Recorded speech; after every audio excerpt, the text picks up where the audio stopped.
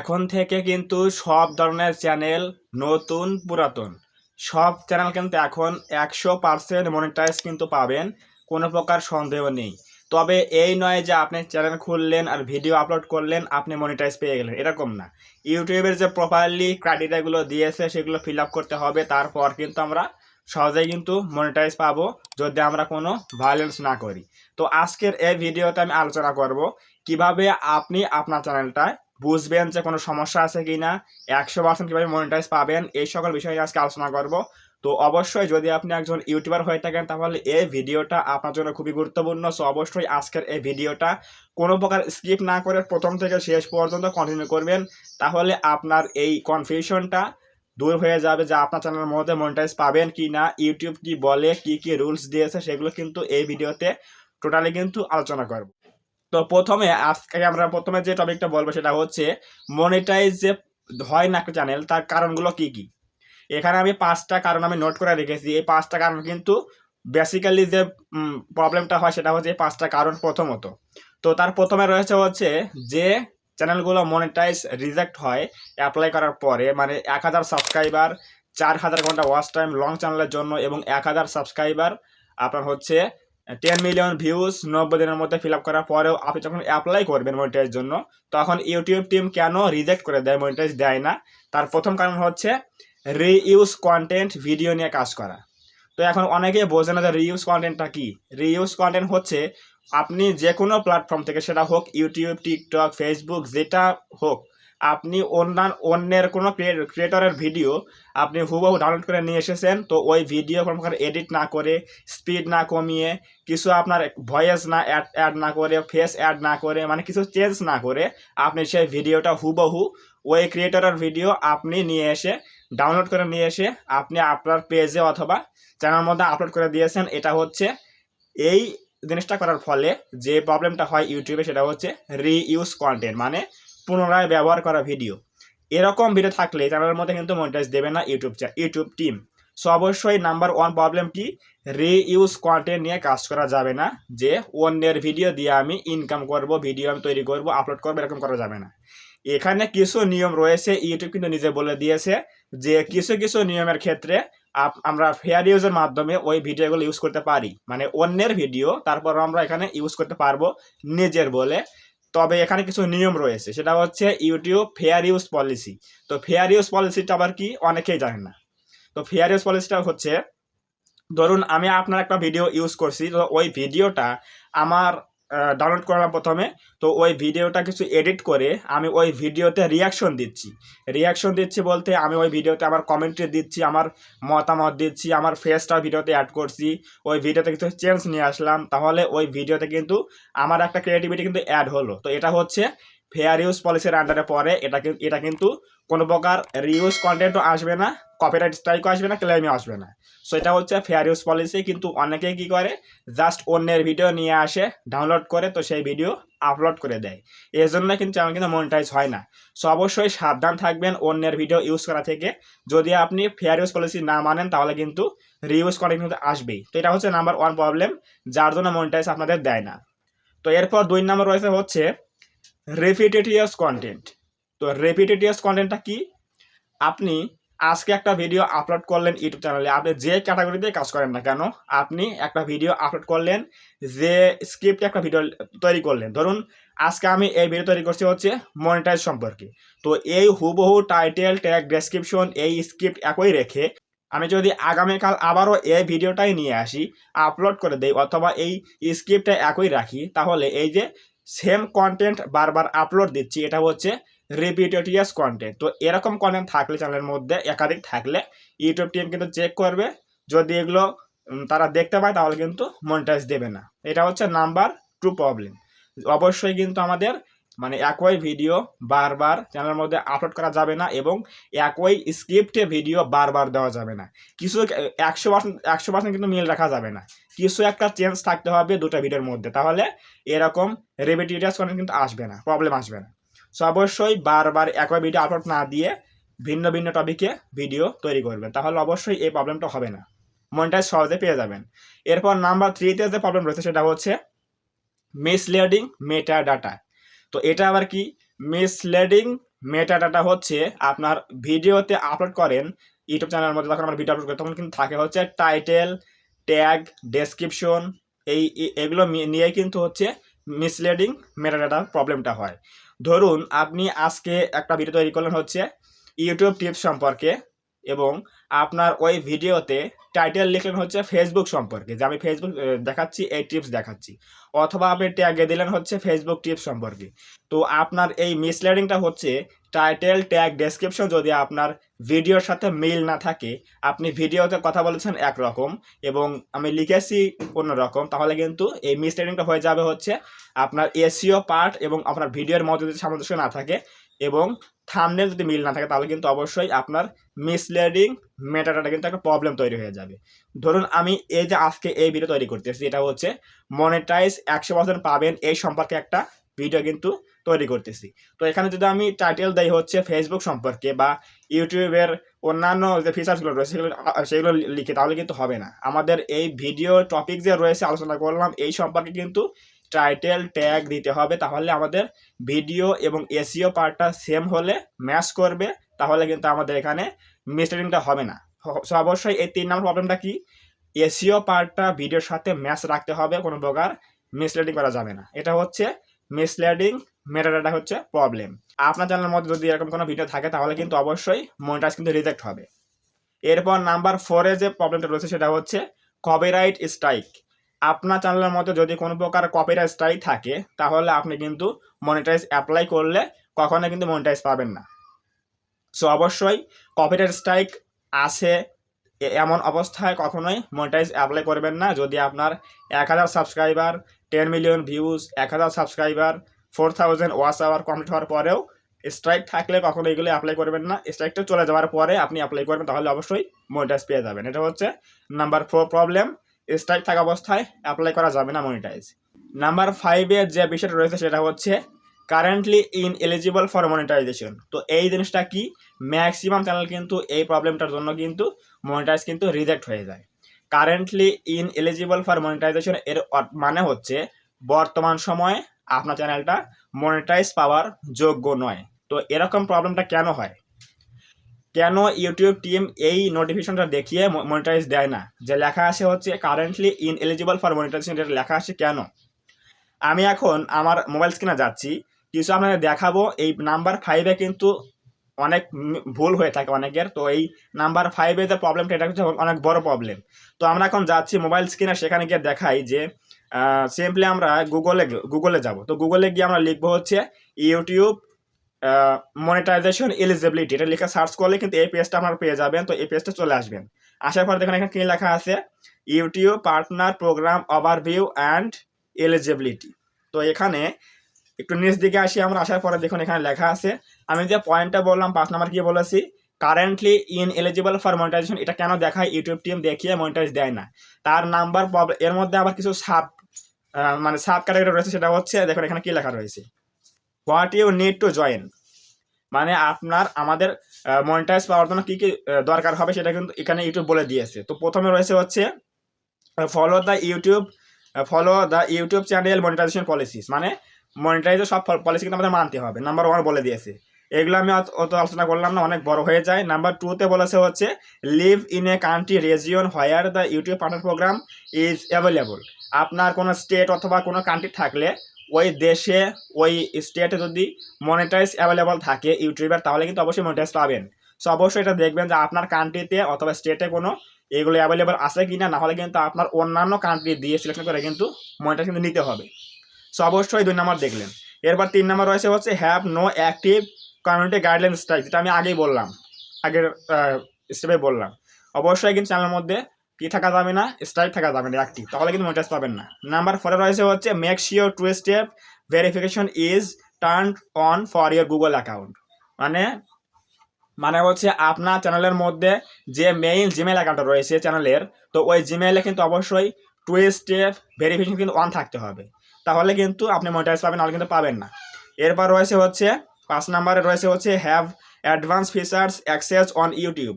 আমরা কিন্তু অবশ্যই জানি যে আমাদের চ্যানেলের মধ্যে কিন্তু প্রত্যেকটা চ্যানেলে কিন্তু রয়েছে হচ্ছে অ্যাডভান্স ফিচার বলে একটা অপশন, সেটিংয়ে দেখতে পারবেন।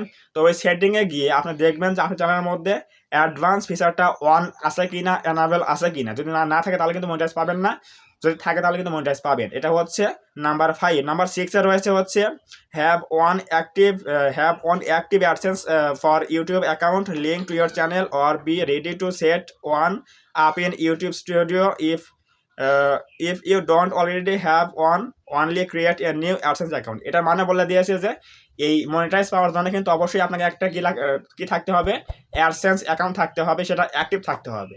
যদি আপনার আগে কোনো অ্যাকাউন্ট থাকে অ্যাডসেন্সের তাহলে ওটাও কিন্তু আপনি অ্যাড করতে পারেন।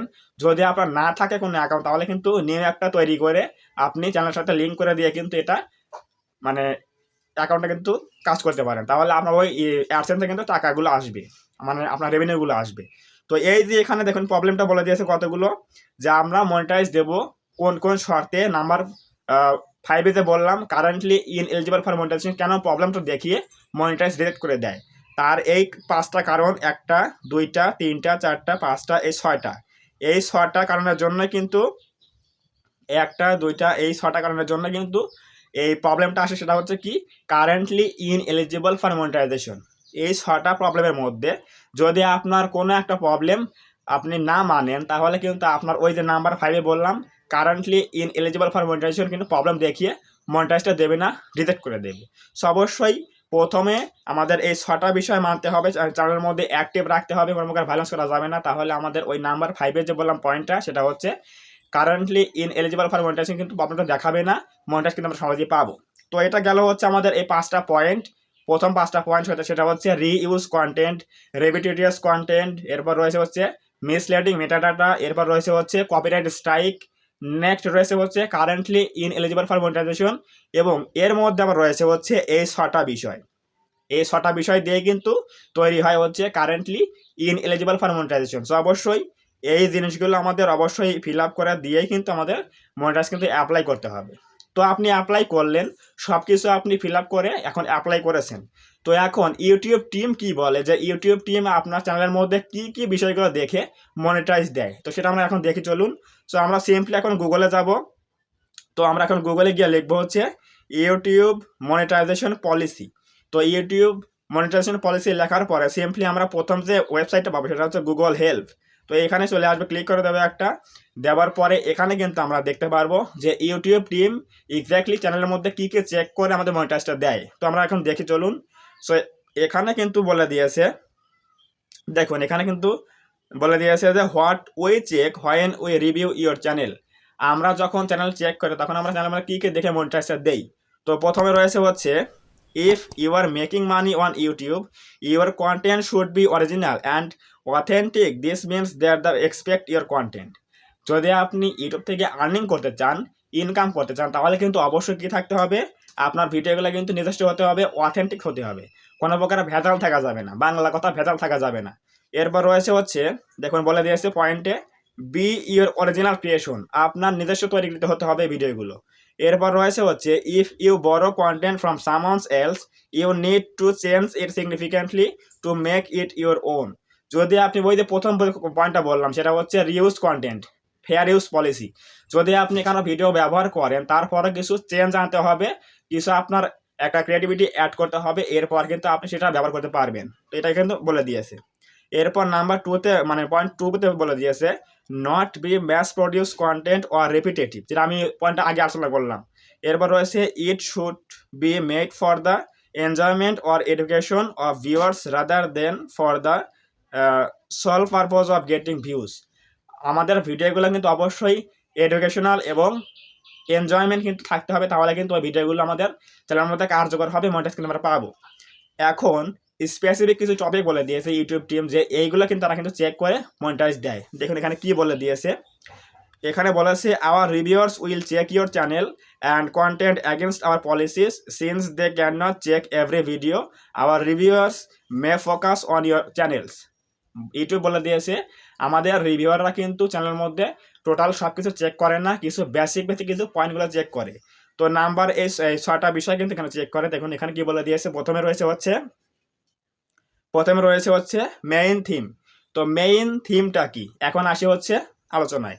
মেইন থিমটা হচ্ছে আপনার চ্যানেলের মধ্যে আপনি কি ভিডিও আপলোড করেন, কোন ক্যাটাগরি নিয়ে কাজ করেন। আপনি যদি মিক্সড ভিডিও আপলোড করেন তাহলে কিন্তু মেইন থিম ঠিক থাকবে না। মেইন থিমটাকে আমি বুঝিয়ে বলছি। ধরুন এই যে আমি ভিডিও তৈরি করতেছি, এই ভিডিওটা ইউটিউব মনিটাইজেশন পলিসি সম্পর্কে। আপনি দেখুন আমার এই চ্যানেলের মধ্যে যে ভিডিওগুলো রয়েছে 200+ ভিডিও রয়েছে, এগুলো সবগুলো কিন্তু কি রয়েছে ইউটিউব টিপস সম্পর্কে। সবগুলো কিন্তু ইউটিউব টিপস সম্পর্কে। মানে ক্যাটাগরি হচ্ছে সায়েন্স অ্যান্ড টেকনোলজি, নিশ হচ্ছে মানে সাবজেক্ট হচ্ছে ইউটিউব টিপস। এখানে কিন্তু আমি blog video, cooking video, gaming video কিন্তু আপলোড দেইনি। যদি আমি সেগুলো আপলোড দিতাম তাহলে কিন্তু আমার থিমটা ঠিক থাকতো না।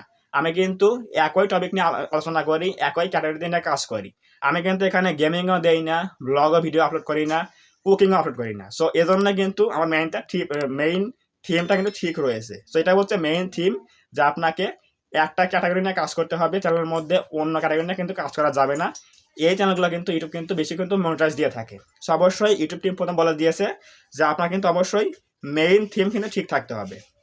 এরপর নাম্বার 2-তে রয়েছে হচ্ছে মোস্ট ভিউড ভিডিওস। তো মোস্ট ভিউড ভিডিওসটা কি? ধরুন আপনার কোনো একটা ভিডিও ভাইরাল হয়েছে, লাখ ভিউজ চলে এসেছে। তো ওই ভিডিও থেকে কিন্তু আপনার ওয়াচ টাইম ফিল আপ হয়েছে, সাবস্ক্রাইবার ফিল আপ হয়েছে, চ্যানেলটা কিন্তু মনিটাইজের জন্য কিন্তু এলিজিবল হয়ে গেছে, আপনি এখন অ্যাপ্লাই করেছেন। তো ওই ভিডিওটা যে ভিডিওতে ম্যাক্সিমাম ভিউজ পেয়েছেন আপনি, ওখান থেকে ওয়াচ টাইম পেয়েছেন, সাবস্ক্রাইবার পেয়েছেন, তো ওই মোস্ট ভিউড ভিডিওসটা কিন্তু ইউটিউব টিম কিন্তু চেক করবে যে এক্স্যাক্টলি ওই আপনার ভিডিওটা লিগ্যালভাবে আপনার ভাইরাল হয়েছে নাকি আপনার লিগ্যালভাবে ভিউজটা এসেছে, নাকি আপনার কোনো ইলিগাল ওয়েতে আপনি ভিউজটা এনেছেন, এতে করে সাবস্ক্রাইবারে প্লাস ওয়াচ টাইম গেইন করেছেন। এজন্য কিন্তু নাম্বার 2-তে বলে দিয়েছে যে ইউটিউব টিম কিন্তু মোস্ট ভিউড ভিডিওসটা কিন্তু অবশ্যই চেক করবে। তো অবশ্যই এটা আমাদের কিন্তু অথেন্টিক বা রিয়েল হতে হবে, যে আমরা ভিউজটা কোনো প্রকার চিট করে নিয়ে আসিনি, এটা আমাদের কিন্তু অর্গানিকভাবে কিন্তু ভিউজটা এসেছে, তাহলে আমরা মনিটাইজ পাবো। নাম্বার 3-তে রয়েছে হচ্ছে নিউয়েস্ট ভিডিও। আপনি যখন অ্যাপ্লাইটা করেছেন ইউটিউব টিমের কাছে মনিটাইজ, তো সাম্প্রতিক সময় আপনি কী কী ভিডিও ছাড়তেছেন, নিউ ভিডিওগুলো, তারা কিন্তু সেগুলো চেক করবে। এটা হচ্ছে নিউয়েস্ট ভিডিও।